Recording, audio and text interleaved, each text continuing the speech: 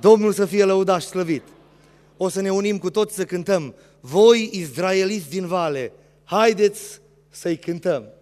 Încă suntem în valea aceasta, încă mai avem de pribegit aici, doar spunea psalmistul, când aceștia străbat valea aceasta a plângerii, o prefac. Slăvit să fie Domnul! Și în această zi este momentul în care valea aceasta a Clujului se preface într-un loc plin de izvoare și ploaia timpurie să o acopere cu binecuvântările cerului.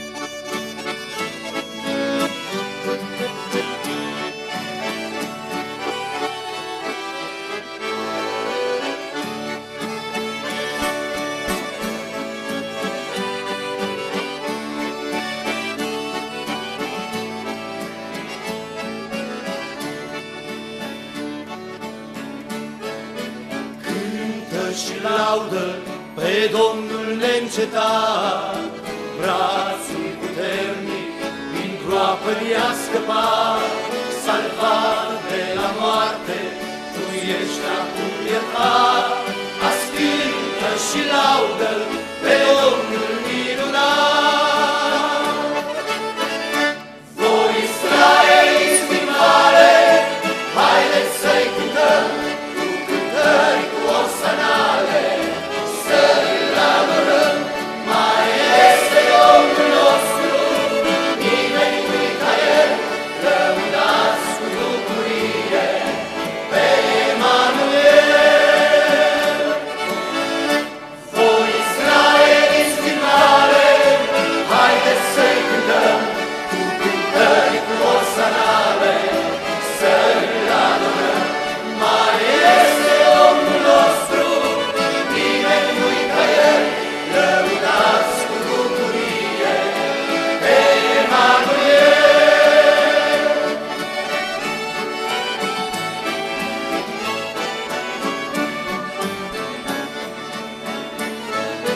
Cântă și laudă pe Cel ce s-a jertfit, Domnul prin moarte pe noi ne-a mântuit.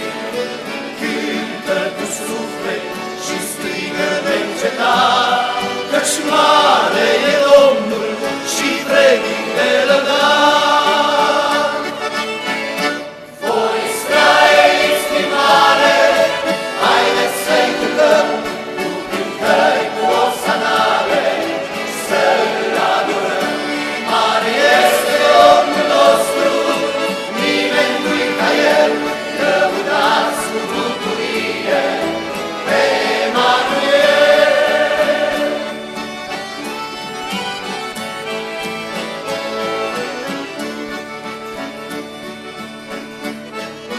Cântă cu mine, gustare păsător, El este Domnul, vicleas triumfător. Cântă azi, frate, și fii dar bucuros, căci bucuria e darul lui Hristos. Voi, Israeliți din vale, haideți să-i cântăm cu cântări, cu osanale, să-L adorăm. Mai este Domnul nostru,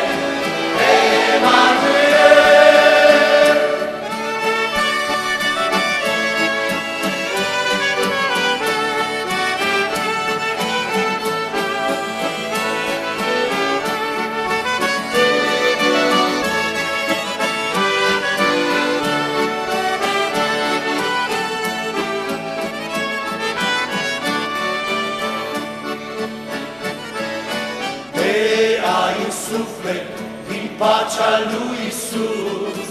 Cântă cu mine și grijile s-au dus. Nu te apese nimic de pe pământ, căci vine Domnul, ne ia în cerul sfânt.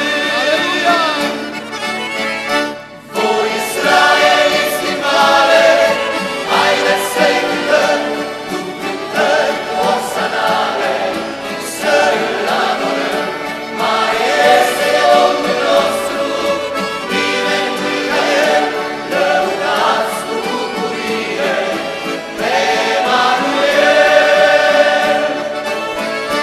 Voi Israeliți din mare, haideți să-i cântăm cu cântări cu osanare, să-L adorăm.